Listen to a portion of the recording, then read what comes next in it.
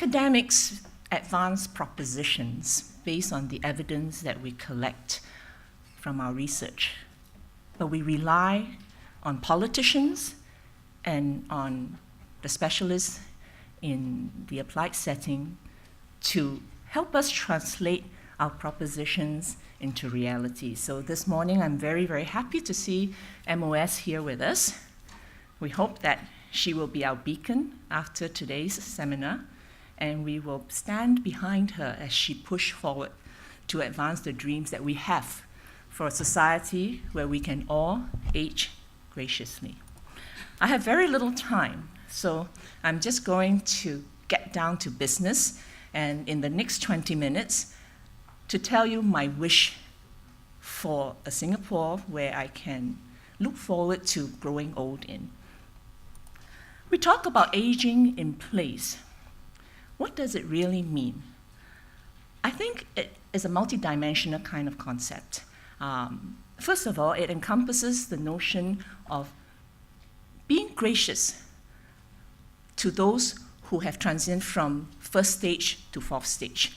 I think at this point, Singapore tends to be still a rather pro-youth kind of society, fixated on TFR, getting people married, and looking at the woes of singlehood and looking at how we can do work better in order to advance our economic figures. I think we have done a little bit better in the past few years, mainstreaming concerns of the elderly in our society, and we've got to continue this conversation. Aging in place also means that we allow Singaporeans to live and grow old in a familiar environment, that they do not have to be uprooted and downsized to make way for the younger in our midst. Aging in place also means that we have to ensure that there is a community surrounding those who have given their best years of their life to building the nation. And as they move towards retirement, we have to continue to put them in the center stage so that we are always cognate of their needs. Aging in place also means that at the point of the most vulnerable point of our lives, the elderly will not feel that they are alone and lost. So assisted living becomes critical. How do we take care of aging now? I think very briefly, the government's stand always has been that the family must take care of its own. That's why it's so important for those of you who are still single to get married, because if you don't get married, then you don't have family of your own, right? Your extended family will all eventually gray before you, so you have to depend on your own little help unit. So the 3G family has always been the center of all our discourse and policies. 3 generation, right? If you look at aged care in Singapore right now, what we have, I think you don't have to be a social scientist to acknowledge the fact that class matters. It is important to have access. It is great to have wealth, right?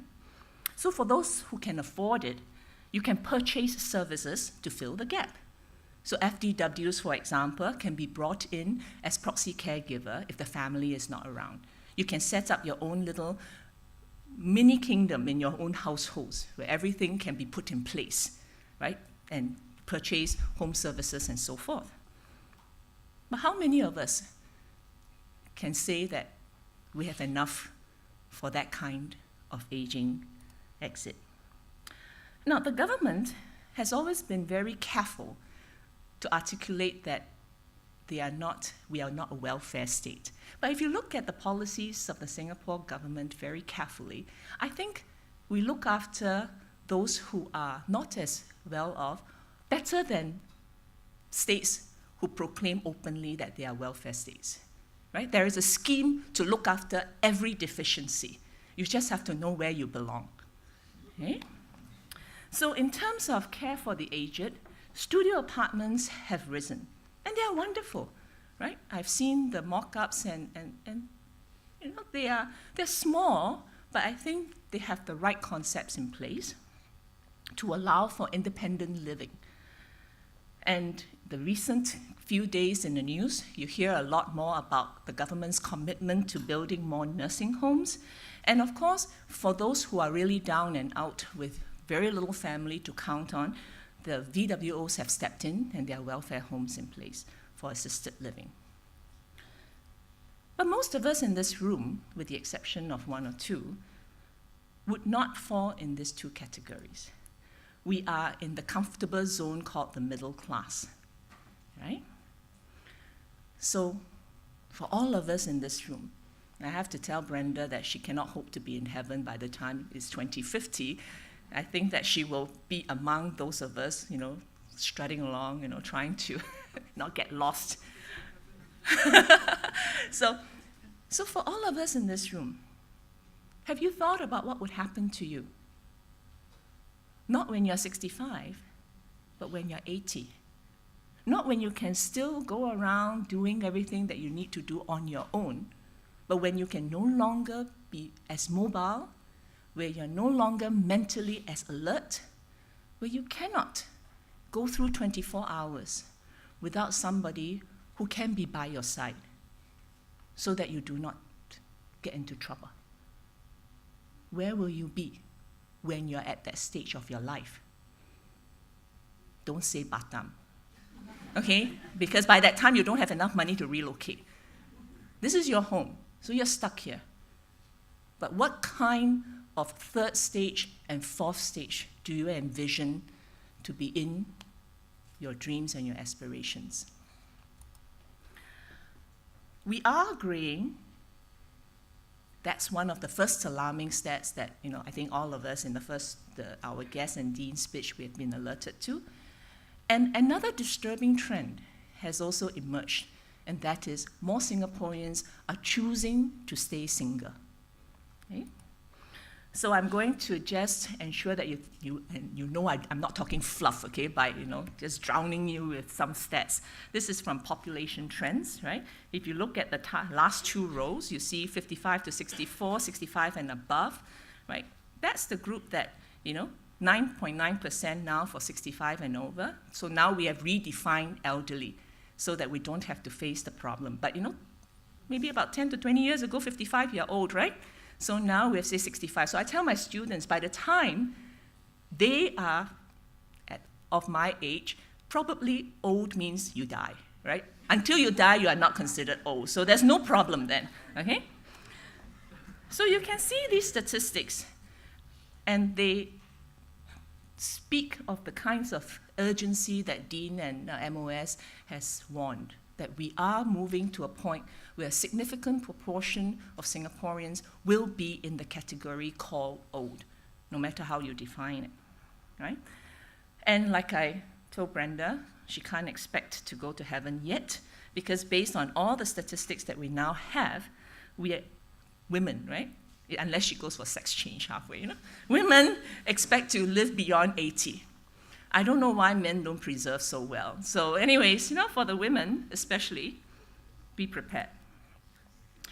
How do our elderly live in Singapore now? Now remember, this is a society that promotes 3-generation living arrangements so that the young can take care of the old, right? So you see that this is the data from 2005. So this is quite dated, but we couldn't find more recent data that we could show you. Those who are living either with an elderly spouse or by themselves, right? That would be 17.4%, up from 13.9% in 2000. Living alone, 7.7%. With other elderly persons, 1.3%. So you just add that up roughly, it's about 20% some, where they are alone, or with somebody who is old like them. So who helps them? And all this partly accentuated by the fact that TFR has been going down consistently, right, for the past 20, 30 years, actually 40 years, okay? So let's look at the other problem that we have, the proportion of singles. Usually, by the time we look at 35 to 39, for women particularly, marital status would be quite stable, right? Because men prefer to marry younger women. And also, now I think it is do I say singlehood by choice? I won't say it's by choice, because when we interview singles, the articulation always is, if I find the right partner, of course I will get married, right? I have nothing against marriage. But the fact is, everyday life is structured so that it is just much easier to get on alone, and you can function well. In fact, you can sustain, right? Economically, socially, everything works just as well for you if you remain single compared to you're married. So if you look at the singlehood statistics, it has been inching up. When we break this down by gender, all right, again, you see that the proportion singles. So what do these statistics tell you? So these are the people who will grow old alone, okay? For men and for women. It's a big chunk. See, the 45 to 49 years, it's almost 50%, 15%, right? And 40 to 44 is 16, 17%. And we don't expect this to be transformed in the next 5 years or so, right? We don't see the trends shifting. So all this means that there's an increase in proportion of singles. Dual income with no kids continue to remain a smaller segment of the married group. By and large, at this point, Singaporeans still tend to get married because they want to grow their own families. The problem with dinkhood right now is they wait too long. So it becomes very hard for them to conceive naturally, right? Nonetheless, right, we have this small portion of things, nuclearization of the modern family, where you just have 2 generations living in a household, okay? And those who choose to get married and choose to have children also tend to grow smaller families. So this means that in terms of in terms of elder care, it is a big constraint for the child, especially if it is a single child family, right? So the implications then is, I think that much as we love this ideology of a 3-generation family, I mean, this is a very important concept. I don't mean to trivialize it. When I wrote my essay to get the entry to University of Virginia, I wrote it about how wonderful Singapore was, the country that I grew up in, right? Multicultural society, public housing that has been perfected, okay, where integration takes place, and most importantly, family as core. Based on that essay, I got a scholarship to Virginia. Based on that essay, I was very popular. So in that first year, they invited me to the Speakers Bureau, where people would drive me all over the place to speak about this wonderful place called Singapore, right? And particularly to senior centers, because they were in awe that old people lived with their grandchildren. But the problem is you can't stop and stem the effects of modernization. This is part and parcel of modernizing, right? So with these statistics looming, can the family still manage elder care? And if not, and even for those who are trying their best, is our infrastructure ready for a graying Singapore? On that note, I don't think we're there quite yet. How do other people do it, right? Because we're always concerned that we don't set policies and start to put in place new initiatives that may shift the way, right, we value the family.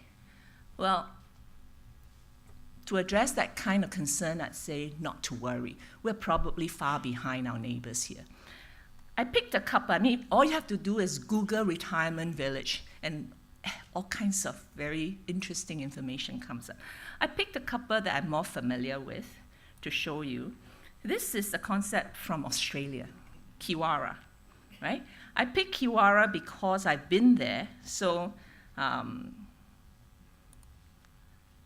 let me show you the concept plan. So you can Google this, right? I've been there just one time when I took my kids to the Great Barrier Reef, and we spent one night at the Kiwara Beach Resort. I probably won't buy a place there because it was full of mosquitoes. So we had to move down to the Angsana because we were like consumed. Okay? We were just eaten alive by the mosses, right? But look at this whole concept. Okay? This is the ocean, beautiful, right? Really beautiful beach, fantastic. And so that's why we pay premium to stay at the Kiwara Beach Resort. Now, when I was there, this was when my kids were still very young, so it's more than 10 years ago. This whole area was not developed. Along here is a whole residential area, right, where regular people own homes and so forth. Now they have started a retirement village. You see what they have here? They have residents, so means regular condominiums. Right next to that, this is the retirement village, right? And then here is the aged care center where you have assisted living. So this whole concept then builds on a community where they leverage on each other's services. So if you read the master plan, they're all leveraging on the restaurants and the F&B services that Kiwara Beach Resort has, and then expanded that. And now you can buy into a retirement village. I think it is a licensing kind of concept. You pay a license, you live there. When you exit, then you get back, or your family gets back part of it after all that you have spent. And then there's a monthly kind of fee that you have to pay. So here I have the Samsung. This is the Noble. Actually, I should, because this is the Korean one, right? I found out about this when I was watching my Korean drama. I said, wow, so nice. What is that? Again, an aging concept, okay? An aging concept. So if you look at the overview, it tells you, right? It will come up and it tells you that it has a cultural center, to keep the recreation up. And then there is the apartments and then the nursing homes. So the idea is when you're no longer able to live on your own, you can just go to a nursing home concept, or the nursing home facilities are right there for you. And then, of course, there's outdoor facilities and sports centers. Okay? Now, the Japanese have also started this way back in 1976. I can't pronounce this, but Leng can correct me. Yuyu no Sato, right? This is the first retirement community. And of course, recently, China announced that it's building retirement homes for the middle class and above, right? So in Singapore right now, I think we have started to leverage on the facilities that we have put in place. And this is good, because you cannot go with a one-size-fits-all concept to meet the aged care needs of our nation. That cannot be the case. You have to come up with multiple models, because the population is varied, with differential means, differential needs, right? So right now, studio apartments work very well for the lower class and below. So by leveraging up on the community infrastructure, I think that it will serve the needs for an important segment of the population. Financial support to promote home-based assisted living is also something that I think all of us would endorse. I would appeal to the government to perhaps think one step further, and that is to remove means testing, right, for those 65 and above. Recently, a small group of us had the privilege of lunch with Minister Heng, and so he asked me, would you be willing to pay more taxes? And I said, yes, if I have a say that the increase in tax will go towards elder care. I'm not going to pay more money to get people to get married and have kids. Right? If they don't want to have kids, that's their problem. But all of us are heading towards third age and fourth age. I think that this is an issue where most Singaporeans will not be too concerned about. So let me now share with you my final slide. What I envision, okay? What I envision for Singapore. What I hope to see in place by the time I'm 65. I call this the cocoon, right? So the yellow and the pink segments will be the retirement village. So you can buy into, let's say, an executive condominium kind of concept. And within that community, so this will be a private community, just like a condo, right? Most of us are very used to condo living, with all your leisure facilities, karaoke rooms, function halls, gym, and all that. And then you have assisted living for when residents are no longer to live independently in their own home and they need nursing care. Okay? Of course, to get this retirement community working, you have to have support services. What are the key support services we are thinking of? Nutrition. It's very hard to cook for one person or two persons. So how wonderful it will be if within your executive condo concept, meals can be provided, like U-Town, our U-Town at the University Hall. Just go downstairs, you can have breakfast. If you can't walk down, they can deliver your evening meal, and it'll be nutritious. Of course, allied health services. That's important. You will need to see your doctor, you will need to have your nurses, you need to have medication. So support services are right here. Cleaning. It's very hard to clean when you're by yourself. I hate cleaning. When my maid goes home on home leave, I just about die because I have to clean. All right? So to have cleaning services, like a service apartment concept. And then you have little grocery stores and supply stores to make it easier for those living within that community to purchase and to maintain independent living.